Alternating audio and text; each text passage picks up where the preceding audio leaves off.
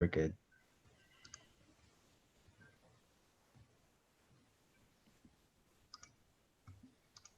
Okay.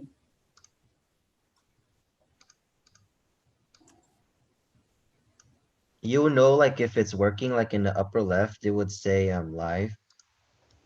Like if you're in a recorded Zoom meeting, it would say recording, but if it's live, it will replace it with that. Okay, it says live on custom streaming service, but I don't see it. Oh, there we go. Yeah. All right. Yay, hooray. Okay. So, whew, thank you all. Let's go ahead and start. We've got 5 people watching. Very exciting. So, again, the way this is going to work is the 6 people who were invited to speak today will speak. Like I said, you're just going to we'll go through and let you kind of say who you are, do your kind of your elevator speech, and then we'll spend some time doing questions and answers. Because there aren't a lot of folks, I'm not sure how many questions we're going to get. We will, I'll ask you some basic questions. And from there, we'll go on, okay? Your answers to the questions should be about a minute. So the folks that we're going to have speaking today, according to the list, is David, Kyle, Kelly, Alejandro, Albert, and Christopher. I chose you all because you are running uncontested. So we're just going to have you here speaking about who you are and what you want to do and that type of thing. Anyone have questions? Okay, so since you're all uncontested, I would do this. Hold on a sec.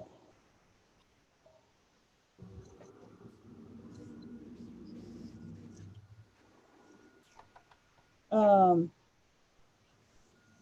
so, all right, Dean Cobb is texting me, sorry. So let's go ahead and start. Who would like to go first?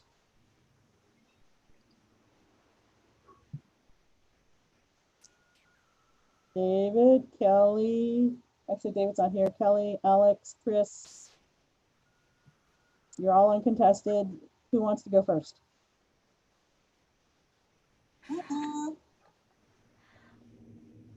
All right. Okay, Emmanuel, you're not scheduled for this time. Although I do appreciate it. Okay, so I'm going to pick someone and I'm going to say, hey, Albert, since you're at the top of my screen, we're going to ask that you go first.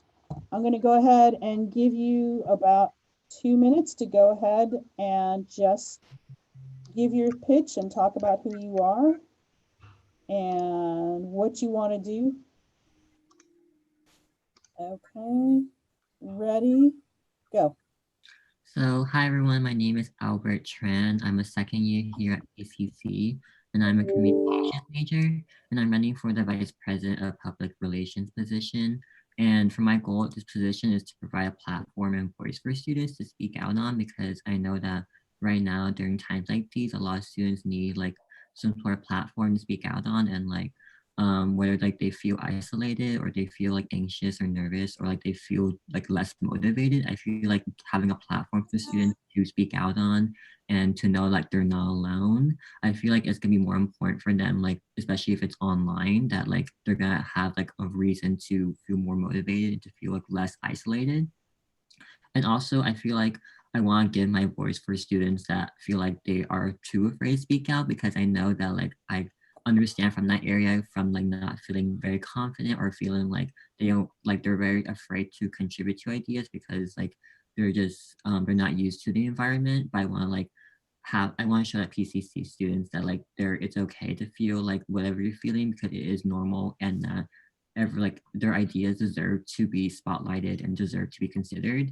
And also I want to like ensure students that they really do have a voice here, because I know a lot of times people do say it, but I really do mean it, because it has affected me a lot of times where like I get to know students and like it's really hard for them to kind of share their ideas. So I really want, they deserve to like have their ideas and get, they deserve to utilize it and say what they mean, because a lot of times like it, they deserve, they deserve to kind of see their issues being resolved at PC. So thank you. Thank you very much. Okay, so next, so I'm gonna ask the candidates to show some initiative and speak up, otherwise I'm gonna start picking folks. You're gonna be representing the students. So who would like to speak next? I can speak next. Thank you, Kyle. Hi, I'm Kyle Schmidt. I'm a first-year student at PCC. I'm an econ major, and I am currently on the Supreme Council at PCC. I'm running for Chief Justice under this current cycle, and the major things I want to focus on, specifically during my tenure as Chief Justice as I'm running unopposed, hopefully I'll get it. The main thing I want to focus on is trying to provide access and availability for students to understand their rights on campus and the things that they want changed. Because the major thing or the problem in the past was we didn't really have a strong connection with the student base. We have periodic people come in, but there was no really decisions based on what you need as a student. So the major thing I'm going to be focusing on is trying to connect with you, directly to you, to figure out what you want, what you need, and how I'm able to facilitate that. So that's going to be the major thing I'm going to be focusing on as Chief Justice, and I hope that will influence your vote in some way. Okay, thank you.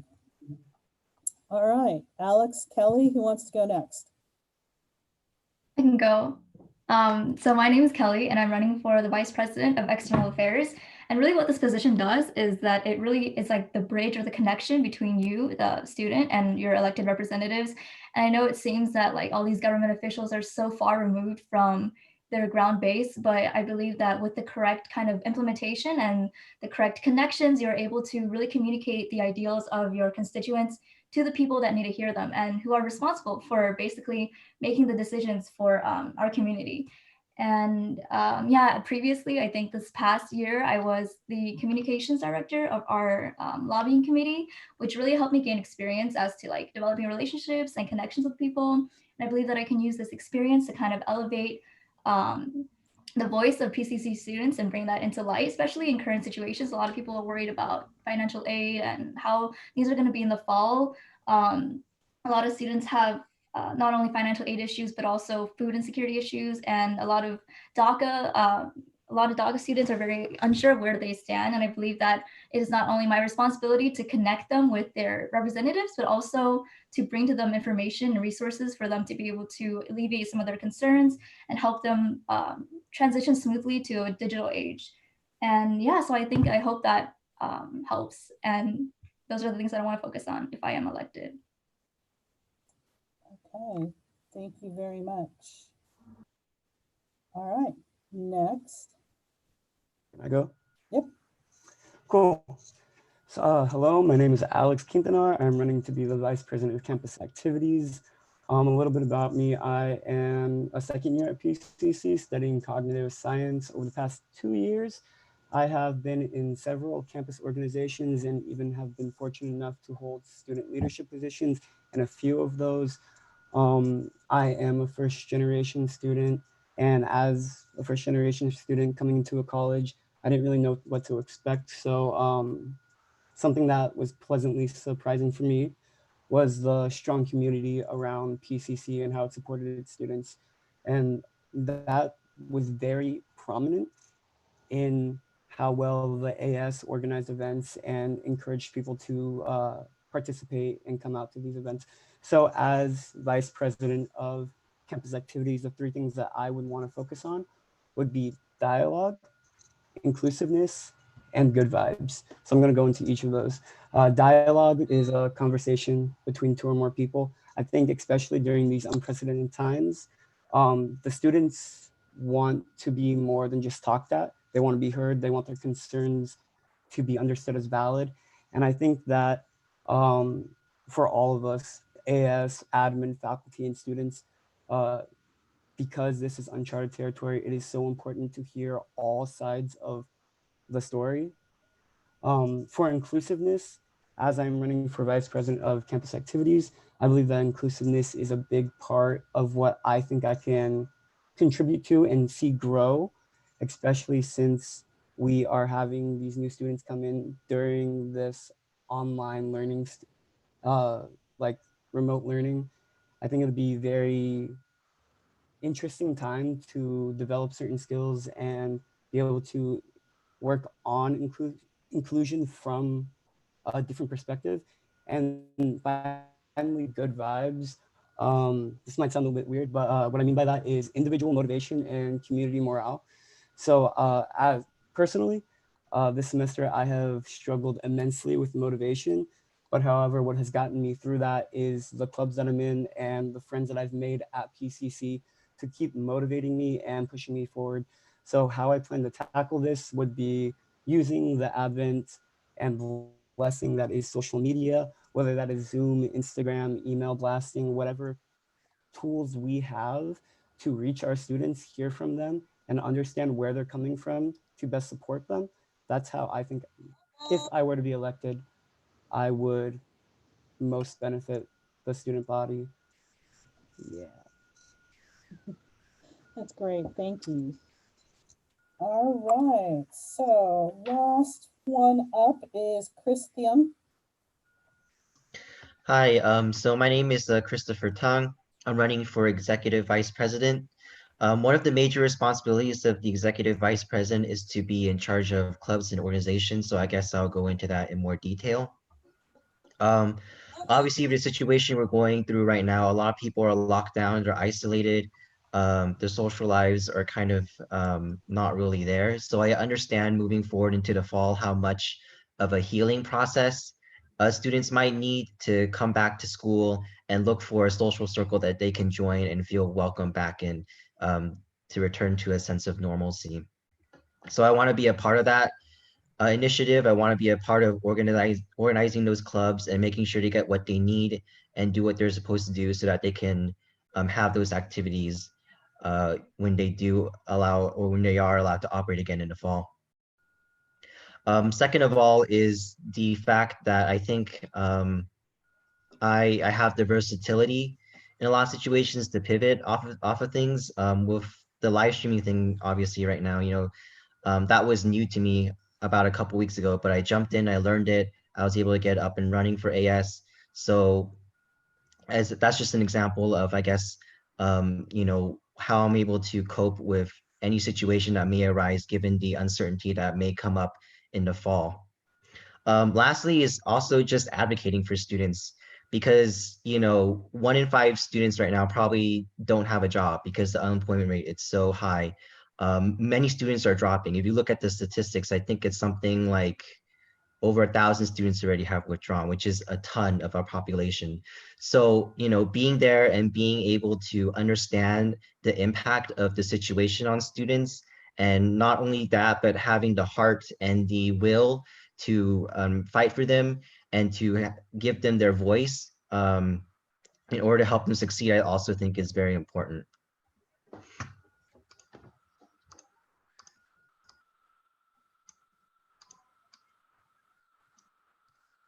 All right. Thank you. So we've heard from all of our candidates who are speaking today. What I wanted to do was, I'm looking at the YouTube stream. I don't have any questions for anyone.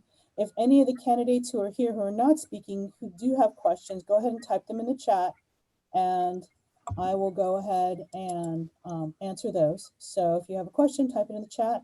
But in the meantime, what we are going to do is we're going to ask the candidates to answer a series of questions. You all have about 30 seconds to a minute to answer this question, and I'll give you a little bit of time to think about the answers before I call on you.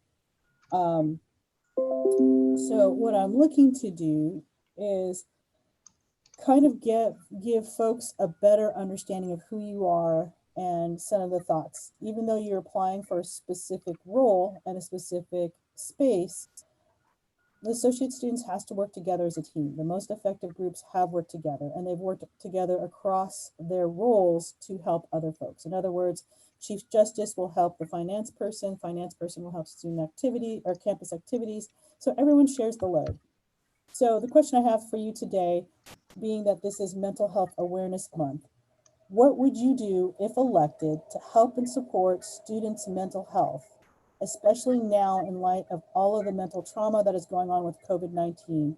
What would you do to help support student mental health? And it could be remotely learning, because we don't know if we're going to be in remote learning or if we're going to have any ability to come back on campus. So again, and it doesn't have to be a perfect thing. We just want to know, and folks want to know, what would you do to help support student mental health on campus? And whoever wants to go first, just unmute yourself and shout out. And whoever's typing needs to mute themselves.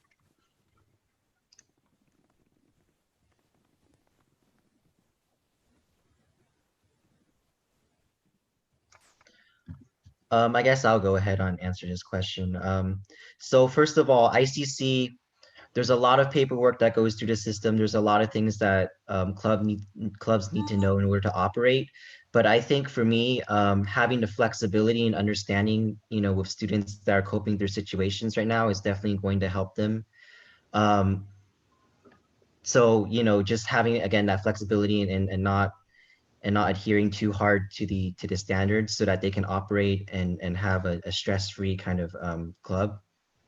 Next is obviously advocating and working with student services to put that machinery into work, that mental health services on campus to work. A lot of students don't even realize that we have that service available for free. They can talk to a counselor or someone who's certified, a professional, and I want to go ahead and promote that service even more. Great, thank you, Chris. Anyone else next? So adding on to what Chris said, something I would do as Chief Justice would be to focus on the guidelines or the bylaws currently we have on PCC campus, like the AS restrictions and all the things that you have under students' rights. We would be looking at those and specifically targeting students who feel like they're being hurt specifically by the pandemic, and try to find exactly what we can change under our bylaws to make it a more streamlined way of living life and surviving as a student. So it'd be something similar to what Chris said in the regards of we have to kind of lax some of the restrictions and some of the things that are giving them stress in order for them to feel more stress-free and able to continue their education in a productive way. Thank you. Anyone else? Yeah, adding on to that, I believe that, yes, that's really great that, in terms of structure-wise, students can feel less stressed by kind of alleviating that pressure that we put on them by, bringing back whatever requirements. But I also think in terms of the mental health state, I think a lot of people want to feel that they're cared for. They want to feel that they're part of a community, because a lot of people live alone and they can't really be with their families. And I feel like it's really important for really community at this time. And what I kind of want to do is maybe create like town hall meetings, perhaps every month or twice a month, and kind of bring pieces of legislation to the table, ask for opinions, send out email blast surveys so they know that we are listening and that we are doing our job, so that they know that they're cared for and looked after and that they're part of this community that's really larger than them and they feel like they can depend on. Great, thank you very much. Anyone else? One of the things that I believe first has to get done would be to normalize the fact that getting help is okay and seeking community is okay.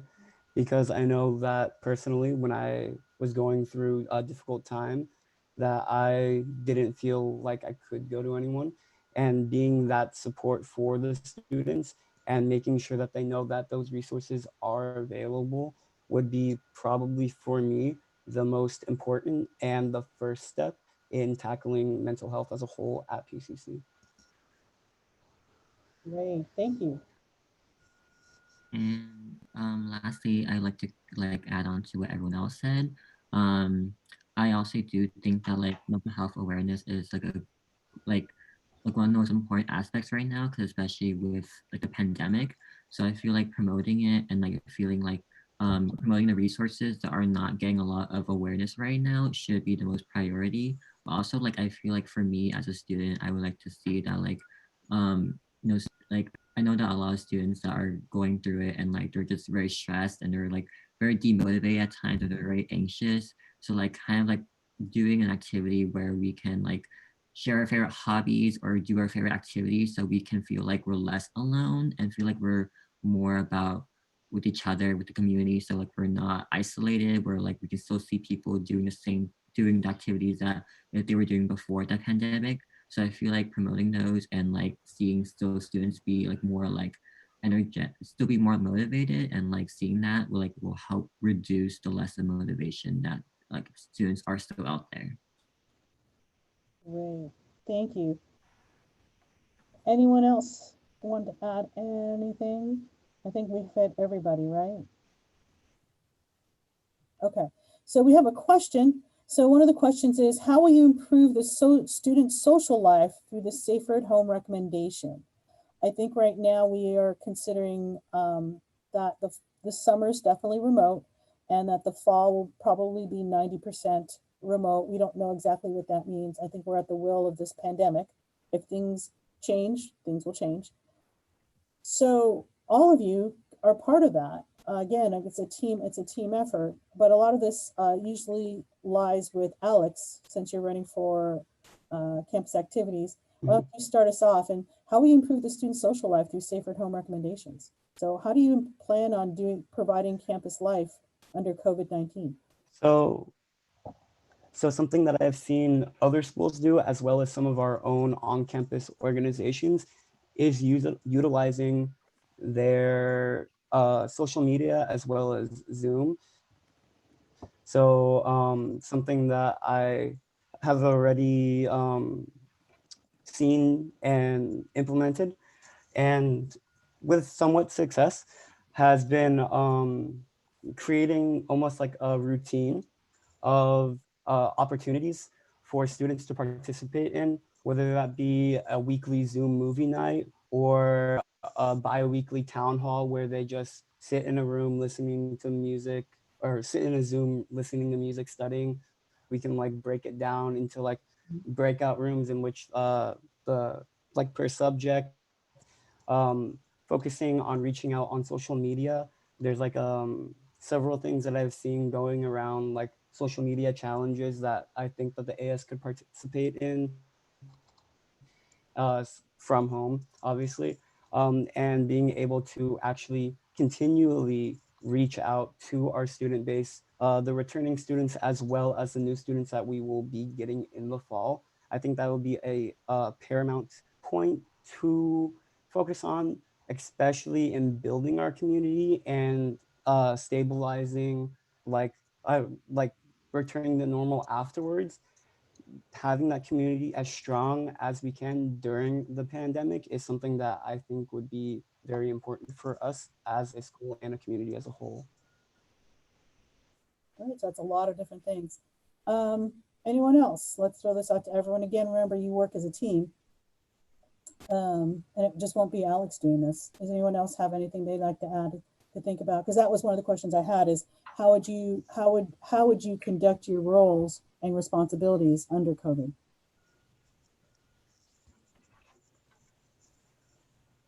I think it's a lot of outreach and really taking the initiative to set up the resources in order for people to have access to you.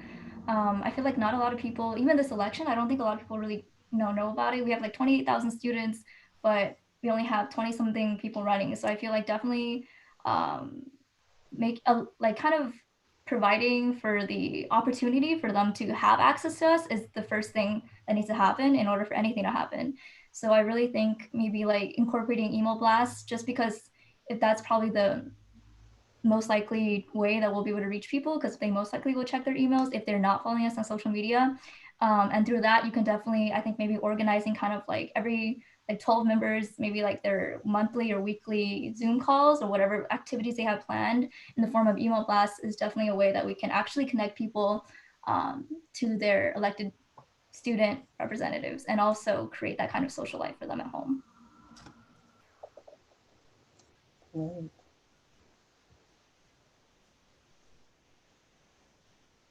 Albert, so this is going to require a lot of outreach. I've heard that now. What are some of your plans under COVID?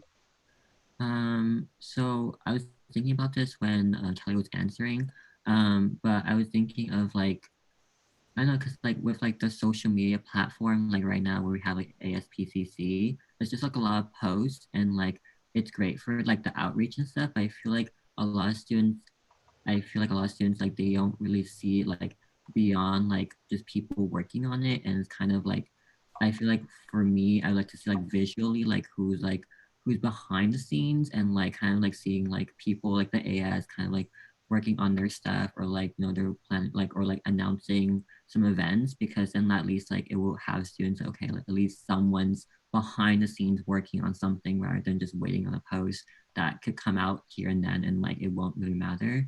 So I feel like for me, I would like to just kind of like have photos, do videos sometimes, just in case like for like students that need that motivation, or like that need that access um to those events, like they will have it, and like they'll have people like they'll know the people that will be working on it, and that they'll know that like it's not just robots behind the scenes.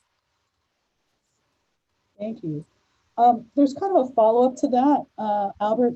So one of the questions from the folks watching on YouTube is they want to know, how would you how would you increase student engagement without social media? That's kind of a big, that's a tall order, but what are other ways that you want to have engagement without resorting to social media?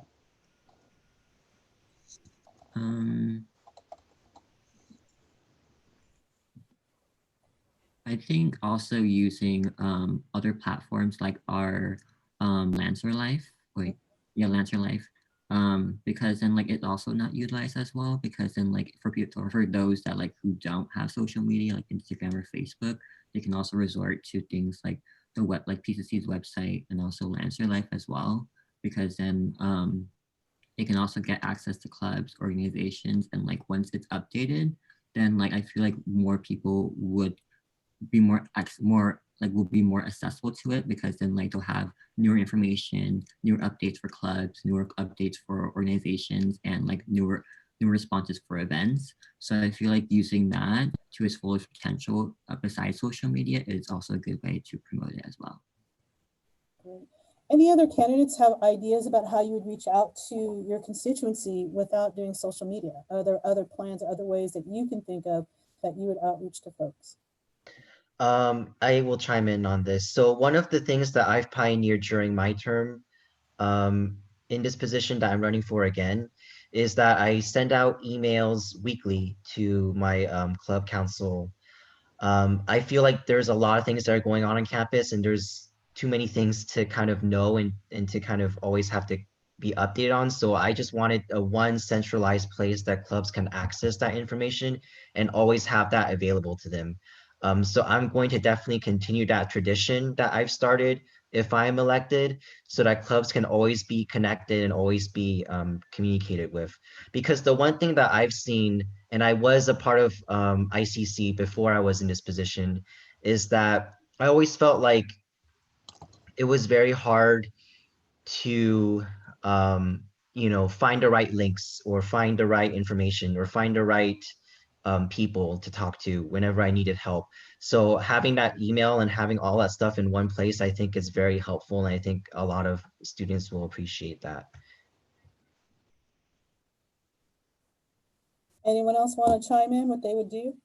Their thoughts? Okay. Question for all of you is, and I'll give you a moment to think about it.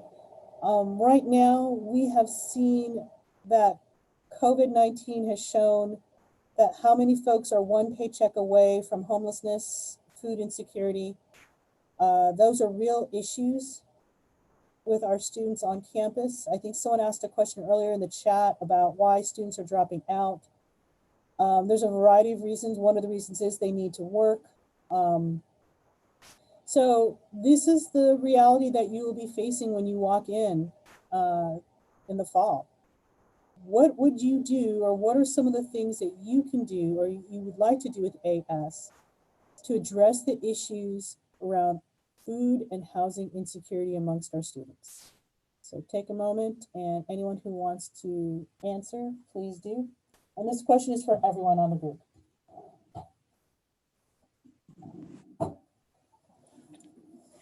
I'm sorry, everyone who's supposed to be speaking.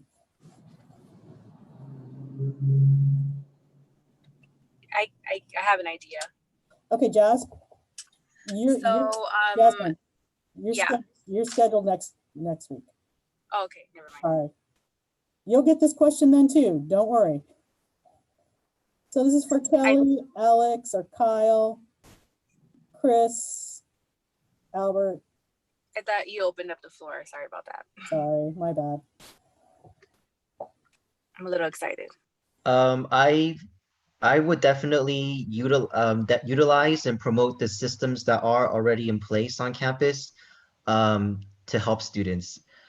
In terms of food insecurity, we do have the Lancer Pantry, so definitely pushing that service more and more to students if they are in need of food. I know we work with the LA Food Bank, so we can definitely also get in touch with them to try and see if we can have them come to campus so that we can hand out food to students in need. In terms of housing insecurity, that's something that I think as a commuter school, PCC might not be the expert in, but that's okay because I do know that there are services that LA County provides and that we can work with, not just on the college level, but connecting students to government services and welfare services to get them housed in times of need like this. Just to branch off what Chris said, I think there's a major problem, like at least on campus, where people don't know they have opportunities available to them. And so they just don't engage in them and they don't look for them in the first place. So I think a major thing we're going to have to focus on in the future, especially when people start coming back or they're doing virtual learning, is trying to connect with them with these opportunities, especially when there's no physical place where they can come to get access to these. So certain ideas are going to be through social media. You're going to have probably email blasts. You're going to have all these other mediums of virtual ways of transferring information, which are going to become imperative for the people to understand that these things are actually available to them. They're not possibilities. They're physically there, but they have to just find them and know about them in the first place. So that's going to be one of the major hurdles we're going to have in the future is trying to get them the information in the first place so that they even have the availability and possibility of utilizing them in the future. Yeah, going off with, oh, sorry, someone say something? Oh, go ahead, Kelly. Oh, okay. Going off with Kyle said, I totally agree with all of you guys. I think it's, yeah, a lot of people don't know that we have free tutoring. We have a lot of these resources and they aren't able to access it because they don't know. And I think that starting in the fall, an idea that I'm not sure if we have the power to implement, but I think could be a really effective use of technology is to implement like a classroom, because just like we have the associate students, people who are running, we have like our separate classroom, and people who are in pathways, they have their separate classroom. We should just make a classroom for everybody, like all the students on PCC, and then send like notifications about online campus resources. And then if we have our own Zoom activities, the AS committee, because we are responsible as elected student government officials to kind of post that on there, like, oh, there's going to be this thing that's going to happen on Thursday, this thing's going to happen next week, so that they're always aware and alert, because I feel like that's just something easy that can be done, that can really get everyone to connect with the resources just by making that classroom available for everyone. And I guess I kind of want to put a finer point on what has been said. I know the dialogue has been revolving around, oh, these students don't know that these services are there, but I do know that for a fact that there are students that know that there's free tutoring, that knows that there's the Lancer Pantry, but just the fact that they don't know at this point because there's so many unknowns in their lives how to access that. Like they don't know how to access that free tutoring remotely, right? So I think definitely working with administration and working with um, people that are in charge of these services to provide those in a way that's safe and also beneficial to students remotely, or honoring the guidelines that have been put by health officials. Yeah, I definitely think going off of that, we need to probably implement links. I think it's just a lot easier for people to find. There's no direction involved and like, oh, you have to go to the website, click this, click that. If you send them a link under the title of what it is, I think that's just a lot easier for students. Also, I think like I know that like having like a step by step is also very kind of not ideal for students, because then it's just very like a lot of information at once. And I know that like students they'll kind of will skim past it and they'll just click on the link sometimes. So I feel like creating announcements and like putting that awareness first and kind of like promoting a lot of like food resources like around people's areas, like because I know that a lot of PCC students that like they come from different types of areas or like different types of like living spaces, so they won't have like that access available to them at that time. So I feel like having like researching a lot of different types of food banks and like making sure that everyone will have like at least an area where they can go to will be beneficial for them as well. I'm gonna echo pretty much what everyone said, but I believe dialogue on all parts, our part, the students' part, and admin and faculty is very important, as well as education in those parts. So something that we could do would be expanding how we outreach to the students, or even expanding the services that are already provided. Using the professors or faculty to help reach the students, because the professors do have a regular correspondence with the students, probably on a weekly or more than that basis, would be something that we could look into. I know that several of my professors have sent opportunities and resources our direction to help us during this time, and to see more professors do that would also be something that we could look into, as well as expanding the services that we currently have, or even in a safe manner. What I mean by that is like, for example, like the food bank being able to do it. I'm not sure. I think since quarantine, they took it down to like 2 or 3 times a week from where it was, if I remember from what I read at the beginning. But like expanding that back to as like full capacity as we can, and making sure that everyone just is educated on the resources, and that both us and that the students have the most up-to-date and yeah, most up-to-date information that they have access to.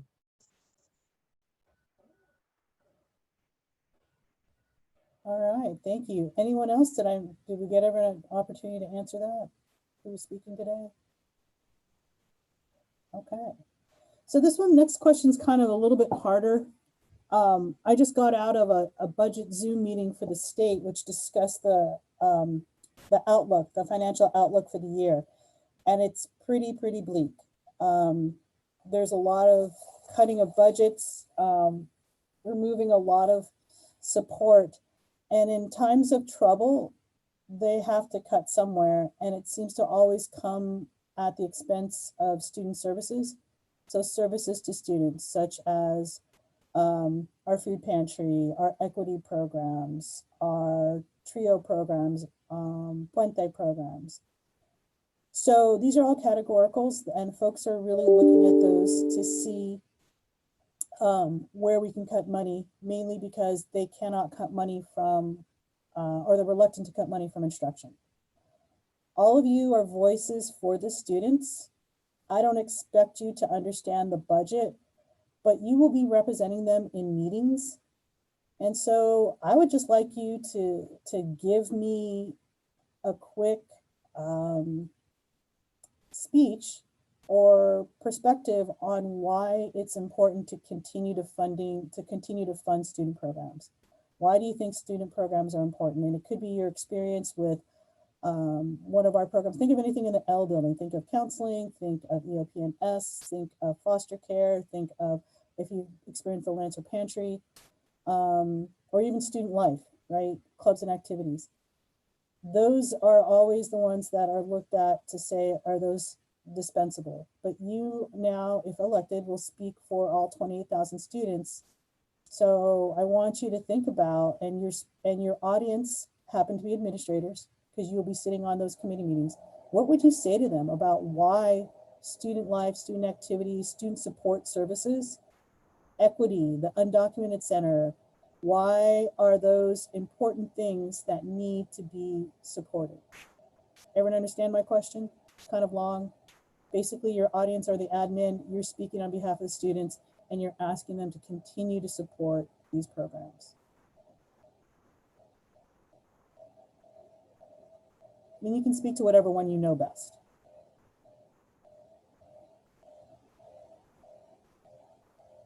All right, I'm gonna say something in general. It's not specific for a program. That's good. The thing I'm gonna say is that the student services and programs we have on campus are the things which connect students together. And if we were to reduce the funding for them, or probably maybe cut it in some regard for certain programs, you're going to have massive problems coming back to campus. Because when we finally get back on campus, those services and the way things have been run is going to be absolutely disrupted. So that means the food pantry, that means the student services on campus, which they need, like mental health services. All these things could be reduced to the point where trying to come back from that is going to be detrimental to the future of the program. So I would say in that regard, by cutting them or reducing funding, you're going to be hurting us in the future, because then we have to change to a new system, which could hurt the already current structure we have in place right now.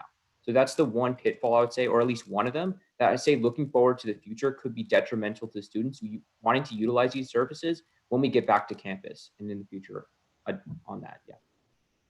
Thank you. I will answer this too. I think for people that are thinking about cutting services, I think college is more about just going to classes. Um, for one, obviously my whole theme is student life is going to be one of the components of the healing processes that students are going to want as we come out of this situation. But more importantly, I think students really utilize the services on campus for support. I mean, they go to the L building for advice on transferring.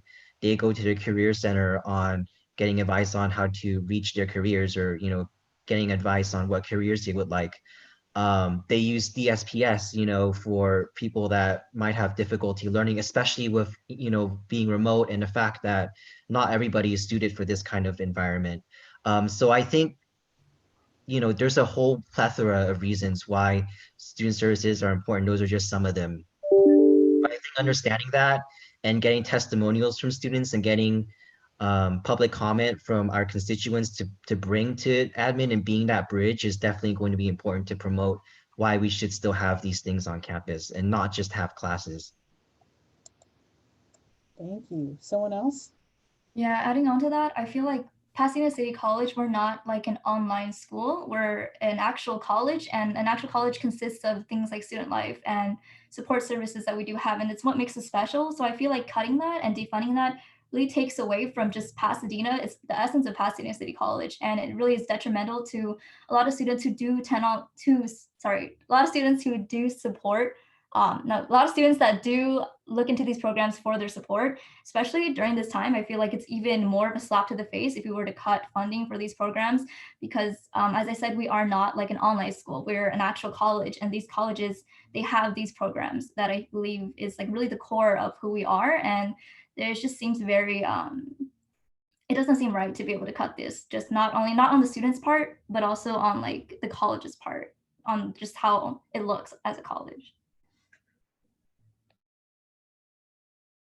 So something that we have all touched on during this candidate forum has been student services in one form or another. And so to cut funding to student services would be a disservice to the students, since that is such a prevalent issue right now. I mean, the last question that we answered was based only on student services and how we can continue to serve them. So by cutting funding to the students would be a disservice to the students and the well-being of the college environment as a whole, being that the students' personal lives, their education, their futures will take a hit because of the actions that or the lack of funding to the essential services that the students look for in times of crisis, or even not in times of crisis, but especially now. So I think that by um, eliminating funding or reducing funding to student services as well as student life, it can only be a disservice for the mental of the students as well as college life as a whole at PCC. And I would also like to add that when like removing a lot of student services like organizations and clubs, I feel like removing that would be also removing like the heart of PCC, just because a lot of different types of students, they go to that organization or that program as like a safe place. And if you remove that or cut the funding of it, then it kind of removes like that motivation, or like a lot of students motivation to go to it and like feel like they have a safe place to be at. because I know that like I'm a part of EOPS, and if EOPS were to be like cut or removed, then I feel like I would feel like I wouldn't like PCC as much, just because like it would detriment like my access to a lot of different types of resources, and also like to a lot of access to like, you know, a lot of opportunities like Lancer Pantry and everything. So I wouldn't have known about it if it weren't for EOPS, because they do, a lot of counselors, a lot of coaches, they do promote their stuff through EOPS too as well. So I feel like if they were to cut it, then it would affect a lot of students besides me. Like they wouldn't have a lot of different types of areas where they can help promote like their activities and everything. So I feel like it will detriment the students positions here at PCC, and I feel like having a lot of funding and having at least like not cutting it, then I feel it would at least provide students that access, and not kind of having them to know that they have a place here at PCC, and to know that we are here for them, because if you remove that, then it kind of retributes that statement. Thank you. Um, Oh, sorry. oh, okay. No, you So go. You go. to kind of continue your conversation, you know, I definitely want to go ahead and put it out there that, you know, we would have to go ahead and obviously advocate for students. I know, you know, we're not going to please everybody with what we say, but we're not here, I guess, to necessarily make friends, but we're not here to necessarily make enemies as well, right? We want to go ahead and be mindful of working with admin and working with the things that they're going through, and respecting the boundary of, you know, that, you know, maybe there are people that are higher up than them that are making these decisions, right? So understanding that and having that compassion, I think, is very necessary too during this time when we're advocating for students. Carrie, I just had a question. Go ahead. Is it between like funding for the professors and the students? Is that what it is? Because they don't want to cut probably money on like people that are like the teach. Like I'm just confused. Like what is it? Is it between? So the budget outlook that's presented is simply a proposal. It's called the May revise. It gets proposed today, and then the next 2 days is when they kind of hash a lot of that out. So right now, what the proposal is that um, the cuts they don't necessarily really want to cut faculty. They're looking to look at programs and things that they call categoricals to see where they can reduce spending. I think a lot of these decisions are also left up at the college level. They're given blocks of money, but state funding that comes down for certain programs I can guarantee you any state funded program will take a cut. How large of a cut? This is what they're negotiating over the next 2 days. So whatever money comes down to us will be then AS needs to be in there at all of these meetings speaking up for students. So, all right, we're almost out of time here. And what I want to do is a couple things. I do want to give you all a chance to give you your 10, 15-second pitch about why you're running, why folks should vote for you.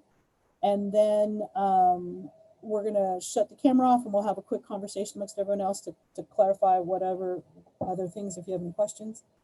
But before that happens, I want to give a big thank you to all of the candidates who spoke and the rest of them that showed up. Everyone is scheduled for a different time. I broke it up because it makes it a little bit easier. Folks can get a more in-depth conversation on what actually is happening. So as opposed to having all 20 of them speak, which would give everybody about a minute. So we broke it up so that way we can have different conversations. So I do appreciate those that came today, even though they didn't have to speak. And as a reminder to everyone, the elections will take place May 27th and 28th. You go log into LancerLife.pasadena.edu and you'll see the banner there. You sign in and you can vote there. So once again, thank you to all my candidates.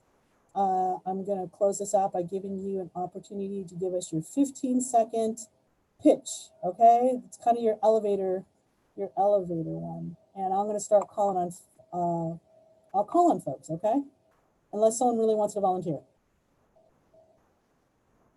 Okay, so I'm going to call on Chris. Please give us your closing remarks, 15 seconds. For those of you who've tuned in, I appreciate you coming and listening to all of us. I just want to leave you with the fact that even though I am in a position right now, one of the things that I kind of feel was that the work isn't done. I honestly, before all this happened, I wasn't going to do AS again, but now since I know times are more dire than ever, I want to run again to bring in my expertise and bring in my experience to be able to support club student situation, but also to move further from just doing clubs, and having that reserve knowledge and going further to help students in my position. Thank you. Next. Okay, Albert.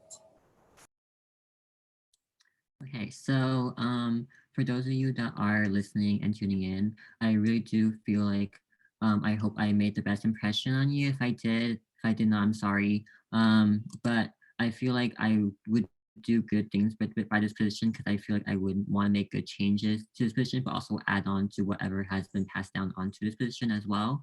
I also do feel like as a student as well, I am here for you just because like we're all going through the same things, like faculties, like staff, AS, like everyone's going through the same things, and like we're all in this together. So I feel like with like your support, I feel like we can get through this change and this pandemic together. Thank you.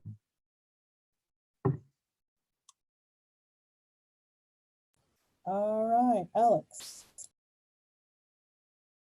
I want to thank you all for your time. Thank you, the candidates, Carrie, all y'all. So I'm running for this position because one, am confident in myself to feel like I am able to tackle this position, and two, because I feel like this position is something that during these times especially is extremely important to the community of PCC, the students' mental well-being and their social lives. So I want to thank y'all for your time, and yeah. Okay, Kelly. Thank you for staying the whole hour, if you're still with us. And thank you, Carrie, for facilitating this forum today. I just want to reiterate why I'm running. I want to run because I want to bring the concerns of the students, their voices, to Capitol Hill because they need to be held responsible for responding to their constituents because those are the people who voted them on. And to do that, I have a few ideas and plans digitally in order to make that happen. And yeah, I hope that encourages you to vote. Thank you. Kyle. The reason I ran for Chief Justice this period is because I noticed there was an issue with having no or little student involvement, especially in the legislative process on the campus. I realized students don't come to the Supreme Council meetings. They don't share their voice and what they need with the people who are supposed to represent them. So the major thing that I'm running on is trying to connect the student, you, to the actual services you need and trying to make change in our legislative documents. That is what I'm running on. That's the problem I saw in the past, and I hope to change that in the coming year. All right. Thank you all. Thank you to our audience who are here. I'm going to end the live stream.